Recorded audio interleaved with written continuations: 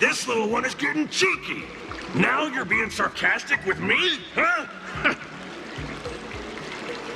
What are you writing, March?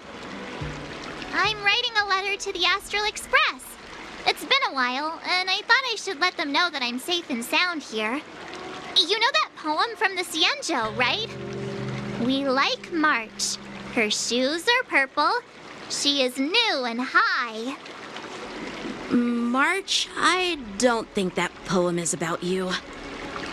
Huh? Writing a letter just to let the crew know you're doing all right? Do you guys not have phones? That lacks a sense of propriety. I'm not just writing a letter. I'm writing a handwritten letter. I've got to show them I'm really on the Cienjo. You should also tell them about our glorious victory. I didn't skip work to watch you write a letter. Come on, let's play Celestial Jade together. Hurry up! Hurry up! Just give me a sec. I'll play with you once I'm done. Dear Himeko, Mr. Yang, and Pom Pom, we're all good here on the Cienjo Lafu, so no need to worry. By the way, how's your trip going?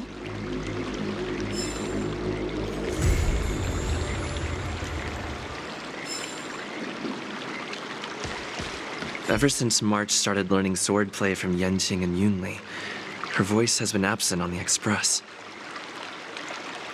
I wonder how well she's progressing. Where has she been these days?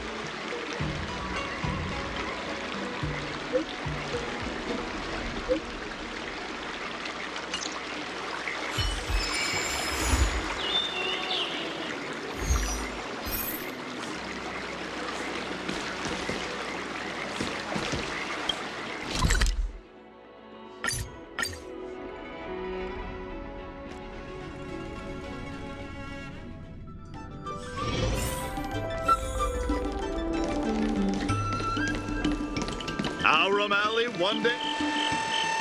There you are. I was looking around before you got here. I already looked everywhere, but March 7th is nowhere to be found.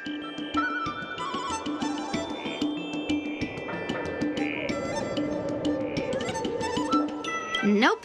Let's just assume she successfully skipped class. Actually, she's been quite diligent in her swordplay practice and hasn't taken many breaks lately. I think she deserves a day off. Besides, I used to skip classes even more than her back when I was still learning.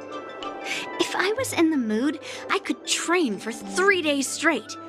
But if I wasn't in the mood, none of my seniors could find me. So, I can understand where she's coming from.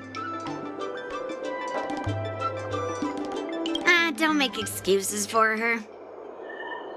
Since you're here, let me treat you to some tasty food. I'm more interested in you today.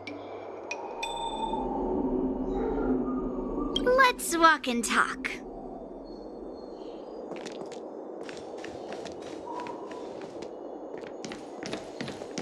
Lingsha told me there's tasty food in Arum Alley. Let's go there. Dumplings and steamed buns. The buns are here. A table for two, please. All right, come on in. What would you like? Well, we'll have one of everything on the menu. The entire menu? Do you think it'll be enough?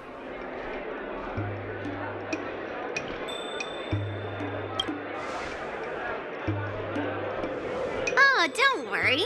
There are two of us.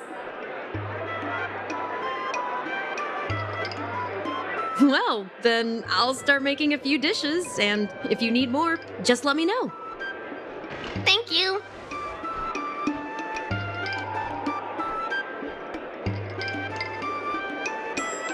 No, I've thought about it. She deserves a day off. Yeah, I mean, not too much, actually. Grandpa said to never be stingy when it comes to making friends. So, how big is your appetite?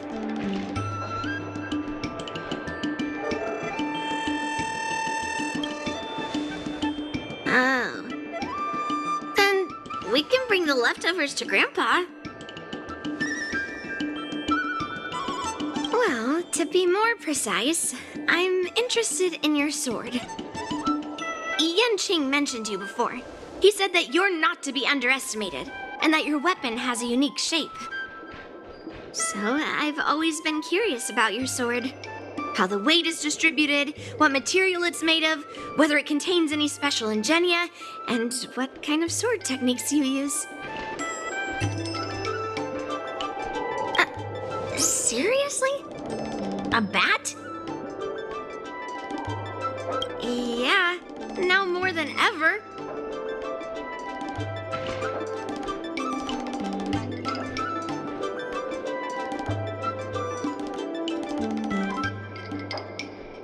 So, it really is a baseball bat.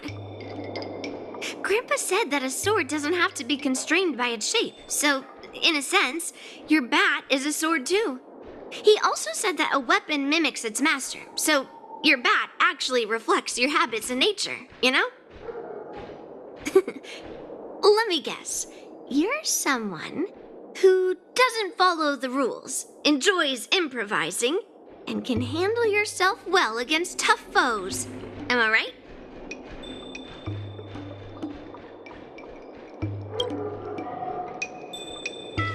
Amazing, right? And I bet you always say something silly like, rules are made to be broken. I've come across so many sword wielders who acted all righteous and moral, but were really just liars. Their swords always told the truth, though. They told me that their wielders were just a bunch of frauds who relied on their divine weapons for everything.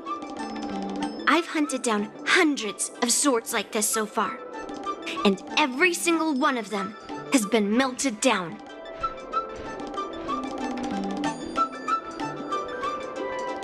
Yes, but only for those who cross the line. Melting their swords is my way of protecting those weapons. But just looking at a sword is not enough. Grandpa always says, words and expressions can be deceiving, but in a fight to the death, a sword's movements never lie. The war dance is just around the corner. You'll be participating, right? Miss Yoon Lee, for talented sword masters like you, the war dance is a perfect opportunity to show off your skills and make a name for yourself. But for people like him, who have already made significant contributions to the Xianzhou, they maybe don't need to prove themselves on the war dance stage. It has been a while, Mr. Nameless. And you are? Thank you for your introduction, Mr. Nameless. I'm Shi Kuei, and I work in the Palace of Astrum as the secretary for the Helmmaster. I apologize for interrupting your conversation. I happened to hear you discussing the war dance, and since this person is an old acquaintance, I thought I'd come and say hello. Yes, with the war dance approaching, many guests from afar are pouring in. Mr. Pavo here is one of them. He's from the distant planet Kalevala.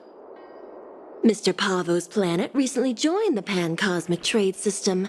He brought his delegation here this time, not only for business, but also to return something that belongs to the Xianzhou. Miss Shikui, the word gift is perhaps more fitting than return. While it did once belong to the Xianzhou, we faced many tribulations to be able to deliver it here, so it should be considered a gift. I apologize for my poor choice of words. Mr. Pavo's delegation brought a legendary Xianzhou sword that had been lost for centuries. General Huayan plans to personally thank them at the Palace of Astrum and present the sword as a prize to the champion of the war dance. Mr. Pavo and I were actually on our way there. Since you two were talking so enthusiastically about the war dance, maybe you'd be interested in joining us at the Palace of Astrum?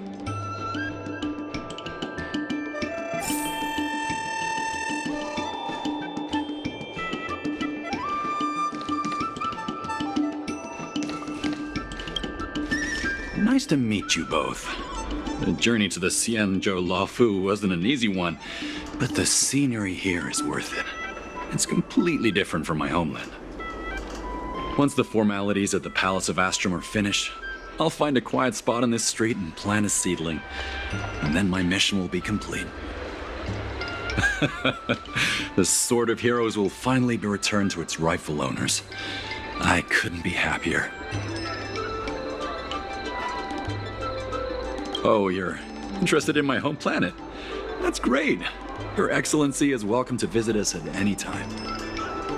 Even though the trade route just opened, it still might take around 200 system hours to get there from Pier Point. But our planet is really great. Sure, it's a bit cold and the food is a bit repetitive and our houses aren't as fancy as those on Pier Point, but that doesn't matter. We've discovered massive supernium deposits and we're on the path to prosperity. Oh, you mean the Mieka Kivesa? It's an incredible sword. That weapon helped the legendary heroes of my homeland slay demons and is highly revered. It also has the power to choose monarchs. All the ancient kings of Kalevala received a sign from the sword, showing they were worthy to rule the land. According to tradition, each monarch would plunge the sword into a stone, and only a hero recognized by the sword could pull it out and ascend to the throne next.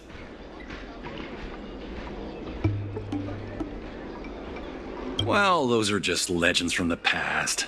No one today has witnessed it firsthand.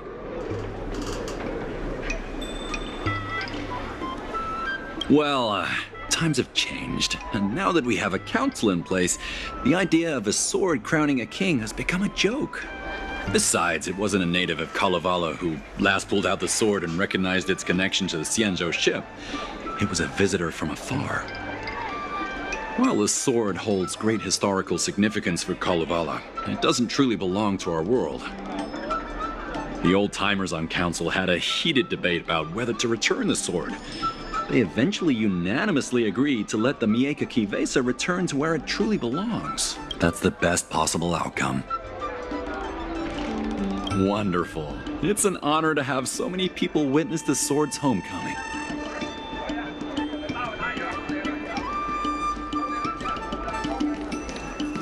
I love chatting about food with people.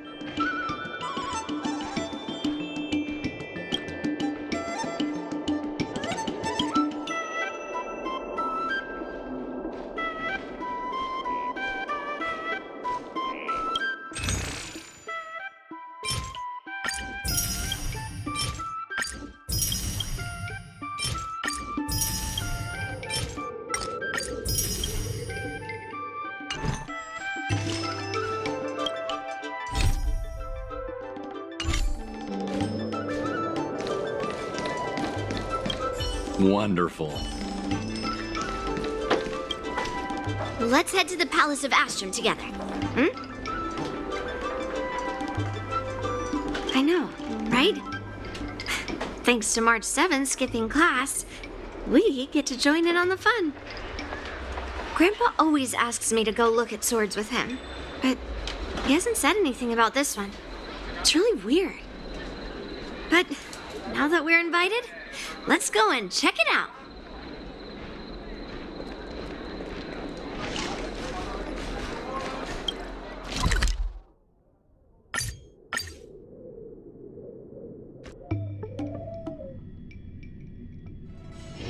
A few games of chess will while away the time.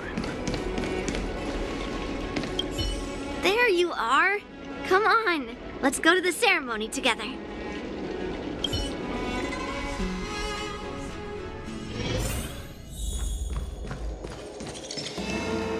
Please allow me to offer a sincere compliment, my fair lady. Your beauty is as pure as a snow-white iris. Well, if it isn't my dear friend! Glad to meet you again. Who is this weirdo? Who is this knight? I am Argenti, a member of the Knights of Beauty. I was invited as a part of the Kalevala delegation to escort the legendary Mieka Kivesa back to the Cienjo. May I have the honor of knowing your name? My name is Yun Li. What a beautiful name. I wonder if you have ever heard the holy name of the pure and flawless goddess Adrilla. Oh, you're here, Yun Li. Didn't expect you to be so well informed.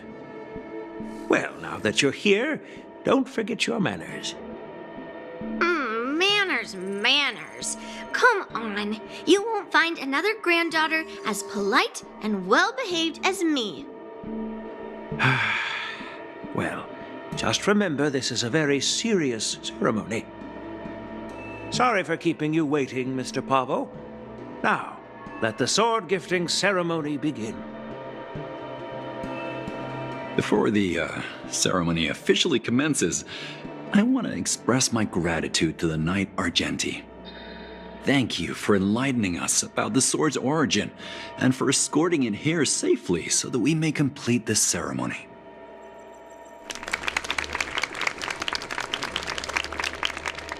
On behalf of the Kalevalan delegation, I, Pavel Kalistaya, am here to return the legendary Mieka Kivesa to the Cienjo Alliance, its rightful homeland. I'm truly grateful for Kalevala's noble act of returning the sword and for the Knight of Beauty's chivalry. Now, as we gather here on the Cienjo Lafu, I officially welcome the sword back to its homeland. Mieka Kivesa. It's a fitting name for a sword with such a legendary past. I still remember the name engraved on this sword the day it was forged. Guyin. It was forged by Hangguang, a craftsman from the Zhu Ming's Pyrojaya Forge. Wait, Hangguang? Although its blade is worn and cracked, its essence remains as resilient as the Cienjo Cloud Knights. All it needs is some repairs and polishing by the skilled craftsmen of the Artisanship Commission to regain its former glory. I've decided to entrust this sword, Guyin, to the Lawfu Artisanship Commission for restoration. Furthermore, it will serve as the prize for the champion of the Lawfu War Dance. This sword will be wielded against abominations to protect our homeland and live up to the mission of the Kalevalan delegation that returned it from so far away. Thank you, General. It is an honor for Kalevala. Now, esteemed knight and delegation members, please head to the Artisanship Commission, where... No! This sword was forged by Hangguang. Yun Li! These esteemed guests have brought back your father's last work. Where are your manners? Oh, I didn't realize this sword was actually forged by your father. Returning it to its rightful owner is, Grandpa, give me that cursed sword right now. I'll melt away the remnants of that man's curse once and for all.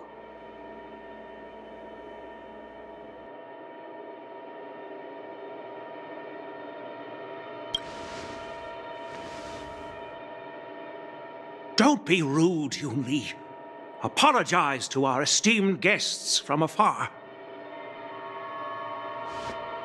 I'm sorry. I'm sorry for making a scene. But I have to melt down this cursed sword. I won't let it fall into anyone else's hands.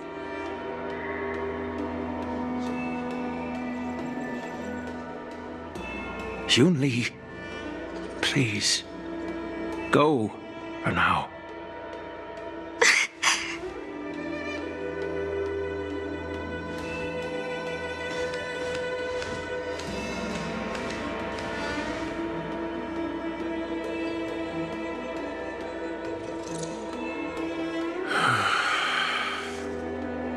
This is exactly why I didn't want Yunli to know about this.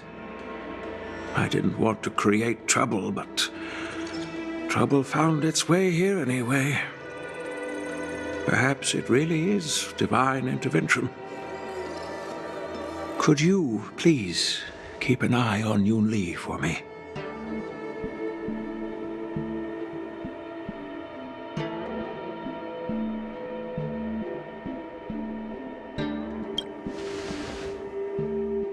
That is a tall order, but I'm counting on you. I apologize for the unfortunate interruption. Let us move on with the ceremony.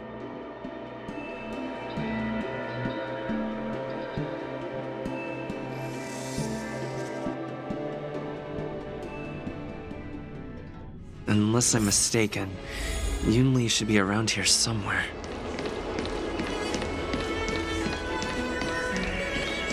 Nothing in this report makes sense.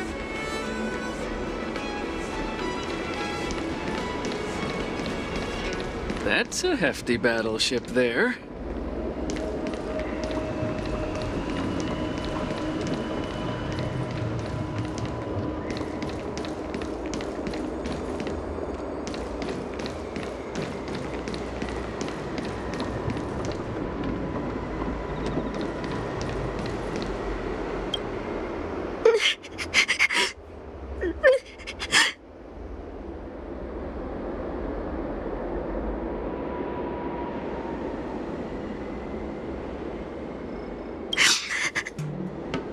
Stop watching me and say something.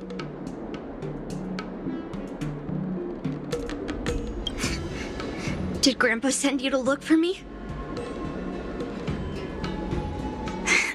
I bet he did. Really?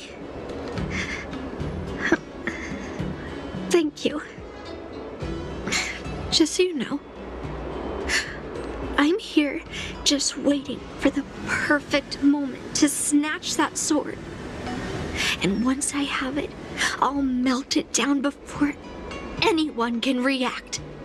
Don't even think about stopping me. No one can stop me.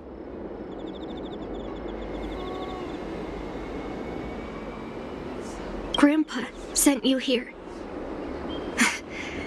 Surely he doesn't want you to help me. Have you heard of cursed swords? That sword is one.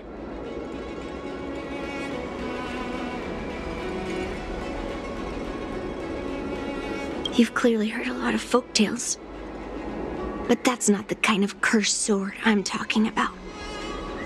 A cursed sword lets anyone, even a complete novice, wield it with insane skill.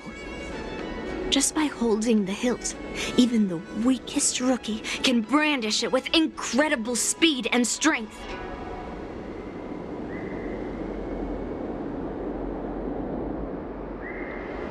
I'm not joking around. And I'm not making up some crazy story. While a cursed sword grants instant abilities to its wielder, it comes at a cost.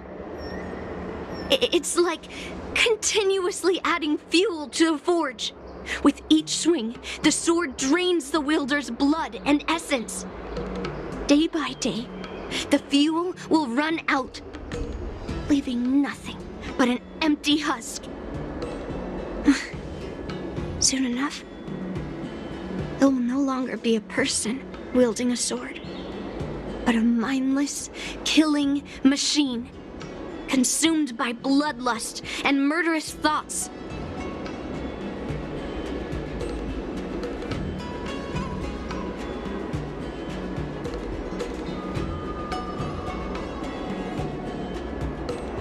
Oh, So you're familiar with Heliobi. That makes this much easier to explain. There was a lunatic swordsmith who infused metal blades with Heliobi, as he was obsessed with turning weapons into living things. And this is how cursed swords were made.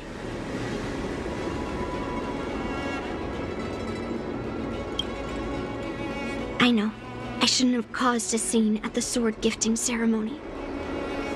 But I've thought this through. If I don't make a fuss now, that cursed sword will cause a whole lot more trouble. So it's better if it's me causing the trouble. By the way, aren't they supposed to be taking the sword to the Artisanship Commission for repairs? Why haven't they come out yet? Any ideas?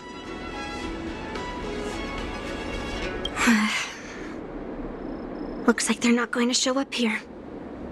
I'll just head straight to the Artisanship Commission. It doesn't matter why Grandpa chose that sword. I won't let it fall into anyone else's hands. I'll track down every single sword he forged and melt them down one after another. Just like I've been doing all these years.